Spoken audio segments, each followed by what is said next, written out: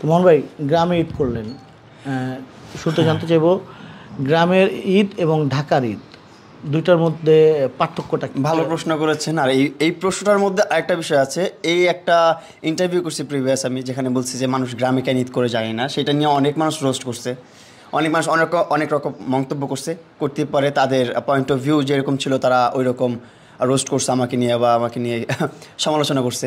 So আমার point of ভিউটাও আপনাদের বুঝতে হবে। আমি আপনার জন্ম হয়েছি ঢাকা শহরে, ছোটো থেকে বড় হয়েছি ঢাকা শহরে, কখনো ঈদ আমি গ্রামে এসে করি নাই। আমার জন্মের আগে হচ্ছে আমার বাবা মা গ্রামে ছিলেন, তখন এখানে চোরচালা বাসা ছিল। চোরচালা বাসায় আমার বড় ভাই বড় বোন ওরা ঈদ যাপন করছে, কিন্তু আমি জন্মের পর কখনো ঈদ যাপন করি নাই গ্রামের বাড়িতে। এটাই আমি বুঝতে চাইছি প্রিভিয়াস ইন্টারভিউতে, যে আমি কখনো গ্রামে ইন্টারভিউ করি না, গ্রামে কী মজা পাই আমি বুঝি না। কিন্তু এবার আমি গ্রামে আসছি, এসে ঈদ করলাম, আত্মীয় স্বজনের সাথে দেখা সাক্ষাৎ করলাম, যারা আমাদের বংশীয় মানুষজন আছে সবার সাথে দেখা সাক্ষাৎ করলাম, অন্যরকম একটা ভালো লাগা। তারপর আমি দেখলাম ঢাকা শহর যেমনটা ফাঁকা হয়ে যায় একবারে। আমি তো সবসময় ঢাকা ঈদ করছি ছোটোবেলা থেকে, এই আরাম পেতাম কি একদম ফাঁকা রাস্তায় ঘুরতাম ফিরতাম, গাড়ি চালাইতাম, বাইক রাইড করতাম, বন্ধুদের মিলে ঘুরতাম ঢাকা শহরে। আমার সার্কেল যত আছে সবাই তো ঢাকা শহরে, গ্রামে কেউ নেই ওরকম, আমার ওরকম কোনো সার্কেলও নেই গ্রামে। সো ওই জিনিসটাই আমি বুঝতে চাইছি আমার ওই ভিডিওতে। সো এইবারে এসে গ্রামে যেটা বুঝলাম, আমি যখন গ্রামে ফাঁকা রাস্তাগুলোয় ঘুরলাম, দেখি কি ফাঁকা রাস্তাগুলোয় এত মানুষ, ব্রিজগুলোতে এত মানুষ, পারে না ব্রিজটা আমার দেখে মনে হচ্ছে যে ব্রিজটা ভেঙে পড়ে যাবে। কোথা থেকে আসলে এত মানুষ ভাই? ঢাকা সিটিটা ফাঁকা কি এমনি এমনি হয়েছে? ঢাকা সিটির সব মানুষগুলো গ্রামের দিকে চলে আসে আত্মীয় স্বজনের সাথে ঈদ করতে, তারপর গ্রামের প্রকৃতির সাথে মিশে যায়। এটা ভালো লাগছে আমার কাছে। এবারে এটা একটু ডিফারেন্ট ছিল আমার কাছে। গ্রামের বাড়িতে ঘুরছি আমরা প্রায় আপনার 1-150 কিলোর মতন ঘুরছি বাইক নিয়ে পুরা গ্রামে। যে আমি ঘুরে এক্সপ্লোর করছি যে গ্রামের মধ্যে কী মজা পাই, মজাটা দেখতে হবে, মজাটা নিতে হবে। এই জন্য প্রায় 100 কিলোমিটার ঘুরছি আমি। আপনার অনেক দূর গেছি, আমি অনেক দূরে গেছি, তারপর আবার আসছি অনেক রাত পর্যন্ত। সো ভালো লাগছে, অনেক ভালো লাগছে গ্রামের ঈদটা। কারণ আমি দেখলাম মানুষের যে আনন্দ, অনেকে আছে যে অন্যের আনন্দ দেখে নিজেও আনন্দ পায়, ওই মানুষটা আমি। অনেক মানুষ যখন আনন্দ করতেছিল না, তখন ওইটা দেখে আমার কাছে অনেক ভালো লাগতেছিল, আমি আনন্দ পাচ্ছিলাম। দেখছিলাম অনেক গ্রুপ ছিল যারা একরকম ড্রেস পরে ঘুরতেছে, তাদের কাছে কিন্তু একটা অন্যরকম ভালোবাসা, অন্যরকম ভালো লাগা। আর অনেকেই দেখছি তাদেরকে নিয়ে রোস্ট করতেছে, যারা একসাথে 10-15 জন মানুষ একরকম পাঞ্জাবি পরছে বা একরকম শার্ট পরছে বা একরকম জুতা পরছে, ওইসব ভিডিও নিয়ে যারা রোস্ট করছে, আমি মনে করি তারা বিকৃত মস্তিষ্কের মানুষ, এই ছাড়া আর কিছুই না। একটা মানুষের পছন্দ থাকতেই পারে, তাদের ভিতরে এমন সুন্দর একটা বন্ডিং আছে যে তারা সবাই মিলে একসাথে সেম কালারের ড্রেস পরতেই পারে। এটা নিয়ে মানুষের ট্রোল করা, আমি মনে করি এটা বিকৃত মস্তিষ্ক মানুষ ছাড়া অন্য কেউ এটা পসিবল না, এটা করতে পারবে না।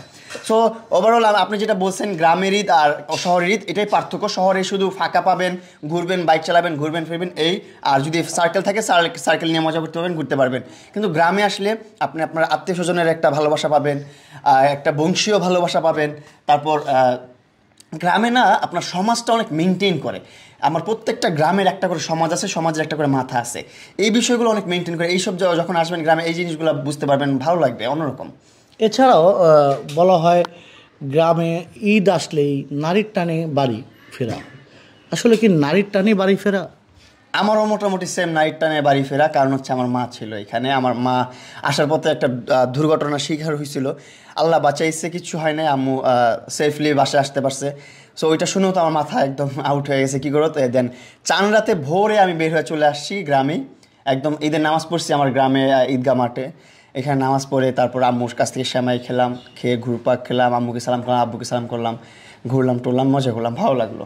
আচ্ছা, একটা সময় আপনার গিয়েছে ঈদ আসলে সবাই আপনাকে সালামি দিত, এখন আপনাকে কেউ সালামি দেয়? ঈদ আসলে সালামি দিত, এখন দেয় কিনা এটা খুব কঠিন একটা প্রশ্ন করছেন। ছোটোবেলার ঈদটা ছিল অন্যরকম, এখন এতটাও বড় হতে চাই নাই, যতটা বড় হওয়ার পর সালামি না পাওয়ার মতন হয়ে গেছি এখন। তারপর অনেক টেনশন, গুছানোর একটা ব্যাপার স্যাপার থাকে, ফ্যামিলির কে কেমন মার্কেট করলো, কার কতটুকু মার্কেট হলো, কার কি লাগে, এগুলো দেখতে দেখতে এটা পার হয়ে গেছে আমার। ওইরকম ঈদের সালামি নেওয়ার কোনো ইন্টেনশন ছিল না, এটা পাওয়ার আর কোনো রকম আশা আকাঙ্ক্ষাও নাই। আগে ছোটোবেলায় যেমন মানুষ সালাম করলে আমার আত্মীয় স্বজন 100 টাকা দিয়ে দিত, হ্যাঁ 100 টাকা দিলে 100 টাকা পেয়ে কত খুশি হতাম, সেই খুশিটা বলে প্রকাশ করার মতো না। এখন কিন্তু ওই খুশিটা আর হই না, এখন 1 লাখ টাকার বান্ডি দিলেও অতটা খুশি পাবো না, মনে হয় না কখনো পাবো এরকম খুশি। ছোটোবেলা ওল্ড ইজ গোল্ড। আচ্ছা, এই যে মানে ছোটবেলার কথা বললেন, 100 টাকা বকশিস ঈদ সালামি পেলে অনেক খুশি হতেন, খুশি হতাম অনেক। কিন্তু এখন আপনাকে কেউ দিচ্ছে না, বা আপনি সবাইকে দিচ্ছেন, বা আপনি সব কিছু মেনটেন করছেন। এই এখন আর নেওয়ার বয়সটা নাই, এখন হচ্ছে দেওয়ার বয়স। এখন অনেক দেওয়া হয়েছে, নেওয়া হয়নি। তার মানে আমরা কি ধরে নিতে পারি আপনি এখন পরিপূর্ণ দায়িত্বশীল, সংসারের প্রতি সংসারের দায়িত্ব আপনি নিয়েছেন, ভার নিয়েছেন? পরিপূর্ণ দায়িত্বশীল কিনা সেটা বলতে পারছি না, কিন্তু আমার সাধ্য যতটুকু আছে আমি চেষ্টা করি আমার ফ্যামিলিকে ভালো রাখার, সুস্থ রাখার, তাদের সকল শখ আবদার পূরণ করার চেষ্টা করি আমি। সংসারের হাল ধরেছেন তো আপনি? হ্যাঁ, হাল ধরেছি। আমার গোলই একটা, যে আমার ফ্যামিলিতে যা যা প্রয়োজন পড়বে, আমার ফ্যামিলি সুস্থ রাখতে, সুন্দর রাখতে, আমার ফ্যামিলির মান ইজ্জত বৃদ্ধি করতে যা যা প্রয়োজন সবই করবো, সমস্যা নেই। আস্তে আস্তে আমার যতটুকু আছে, এমন না যে আমি যা আর্ন করতেছি তা শুধু আমার নিজের ব্যক্তিগতভাবে আমি ব্যয় করব, তেমন আমি ছেলে না। আমার কথা হচ্ছে আমার ফ্যামিলি নিয়ে সুন্দরভাবে আমি ব্যয় করব, আমার ফ্যামিলি যেন সুখী হয়। বাবা মার জন্য কি শপিং করেছেন? বাবা মার জন্য আমি বাবা মাকে টাকা দিয়ে দিছি, তারপর ভাইয়াকে টাকা দিছি, ভাবিকে, সবাইকে আলাদা আলাদা করে সেপারেটলি সবাইকে এক্সট্রা করে একটা করে মানি দেওয়া হয়েছে। সবাই সবার মতন করে কিনে নিচ্ছে, কারণ সবার ইচ্ছা পছন্দ তো আমার মতো হবে না। এই জন্য আমি সবাইকে টাকা দিয়ে দিচ্ছি যে তোমার মন মতো করে তোমার মার্কেট করো। আমি অনেক আগেই টাকা দিচ্ছি, তারা ঘুরে ঘুরে মার্কেট করছে, তারা মজা করছে, ঘুরছে ফিরছে, মার্কেট দেখছে, এক্সপ্লোর করছে। আমি মার্কেটে গেলে তো তাদেরকে মার্কেট করে দেওয়া হবেই না জীবনে, কারণ আমি মার্কেটে গেলে মার্কেটে যত মানুষ আছে তারা মার্কেট বাদ দিয়ে আমার দিকেই তাকায় থাকে, আমার সাথে এসে হ্যান্ডশেক করে ছবি তুলে। তখন দেখা যায় একটা বিশৃঙ্খল সৃষ্টি হয় ওইখানে। সব মানুষ তো এক না, হাতের 5টা আঙুল সমান না।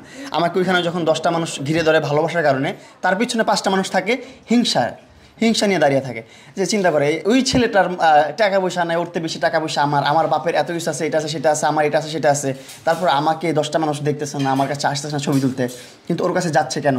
বা আমার গার্লফ্রেন্ড কেন ওর দিকে উইক, ওর দিকে কেন তাকাইলো, আমার দিকে কেন তাকাইতেছে না, আমি ওর বয়ফ্রেন্ড। আরও অনেক বিষয় আছে, এইগুলো অনেক ঝামেলা হয় আর কি। এই বিষয়গুলো এখন একটু মেনটেন করি। বিষয় হচ্ছে যে নিজের দোষ না থাকলেও নিজেকে মেনটেন করে রাখতে হয়। নিজের জন্য কি কেনাকাটা করেছেন? নিজের জন্য আমি কিছুই কিনি নেই। এই যে অনেস্টলি আমি একটা টাকারও শপিং করি না ঈদে। আমি নিজের জন্য কিছুই করেননি, অথচ পরিবারের সবার জন্য শপিং করেছেন, সবাইকে খুশিতে রাখার চেষ্টা করেছেন এবং খুশি করার চেষ্টা করেছেন। এই যে নিজের জন্য কিছুই কিনেননি, সূচনা হয়নি, কষ্টও হয়নি, কিছু কিনিনি, তাতে কোনো দুঃখ নাই আমার। কারণ সুখ তো আমার ওই দিকে, যখন দেখলাম আমার ফ্যামিলি মেম্বার সবাই শপিং করছে, সবাই একটু সুখে আছে, হাসি খুশি আছে, এটা দেখে খুব ভালো লাগছে। আসলে এমন না যে আমার শপিং করার টাকা ছিল না বা আমি শপিং করি না, কিন্তু আমার মানে ইচ্ছেটা নাই, আগের মতন আর ভালো লাগে না। ছোটোবেলা অনেক ইচ্ছা হইতো যে কখন শপিং করতে যাব, আর চান রাতে তো রাতটা পার হতো না, যে কখন দিন হবে, কখন ঈদ হবে, কখন গোসল করবো, নামাজ পড়বো, সালাম করবো, সালামি নিব, এই টেনশনগুলো থাকতো, এই চিন্তাভাবনাগুলো থাকতো। এখন এইগুলো থাকে না মাথায়, এগুলো আর মাথায় রাখি না। এখন হচ্ছে আপনার অনেক ব্র্যান্ডের প্রমোশন করি, সেই ব্র্যান্ডের পিয়ারগুলো আসে, প্রমোশনের কাজগুলো আসে, যখন পিয়ারগুলো সেন্ড করে সেগুলোই পরে ফেলি, এই আমার আর কিনতে হয় না এক্সট্রা করে। আচ্ছা, ছোটোবেলায় কি শপিংয়ের জন্য, ঈদের শপিংয়ের জন্য বাবা মাকে কখনো কাঁদাইছেন? মানে বাবা মা আপনার কথার কারণে কেঁদেছে? আপনার যেমন এক্সাম্পল আমি বলি, আপনার একটা পাঞ্জাবি পদ চয়েস হয়েছে, আপনার বাবা মার সামর্থ্য ছিল না, কিনে দিতে পারেনি, বাবা মার চোখের পানি পড়েছে বা আপনার মন খারাপ হয়েছে, এ ধরনের কোনো স্মৃতি মনে পড়ে কিনা? না, এমন কিছু হয় নাই। আমি যখনই মার্কেটে যেতাম আম্মুকে নিয়ে, আমি যেটা পছন্দ করতাম আমার আম্মু সেটাই কিনে দিত আমাকে। আর আমার পছন্দটা ওই সীমাবদ্ধ ছিল, আমি ওরকমই ছোট ছোট জিনিসপত্র পছন্দ করতাম, কম দামি জিনিসপত্রগুলো পছন্দ করতাম। ওরকম এক্সপেন্সিভ সেলর এটা সেটা এলো, মানে আছে না রিচম্যান বড় বড় ব্র্যান্ডগুলো, যেগুলোতে এখন শপিং করি আমি, যেগুলোতে যাই এখন আমি, সেগুলোতে আমি কখনো যেতাম না ছোটোবেলা। ছোটোবেলা আমি অল্পের মধ্যেই সব কিছু শেষ করে ফেলতাম, অল্প বাজেটের মধ্যে আমার সব শেষ হয়ে যেত। আর আমি যেটা পছন্দ করতাম আমার আম্মু এটাই কিনে দিত, আমি পছন্দ করতাম ওইরকমভাবেই। আচ্ছা, আমাদের যারা কলা কৌশলী আছে তাদের উদ্দেশ্যে আপনার ঈদের শুভেচ্ছা বার্তা দিবেন কিনা?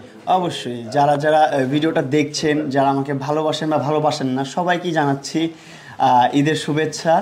ঈদটা আশা করি সবার সুন্দর কেটেছে, আর আগামী দিনগুলো সুন্দর কাটুক। আল্লাহ তাআলা আপনাকে আগামী ঈদ পর্যন্ত বাঁচিয়ে রাখুক। ধন্যবাদ আপনাকে।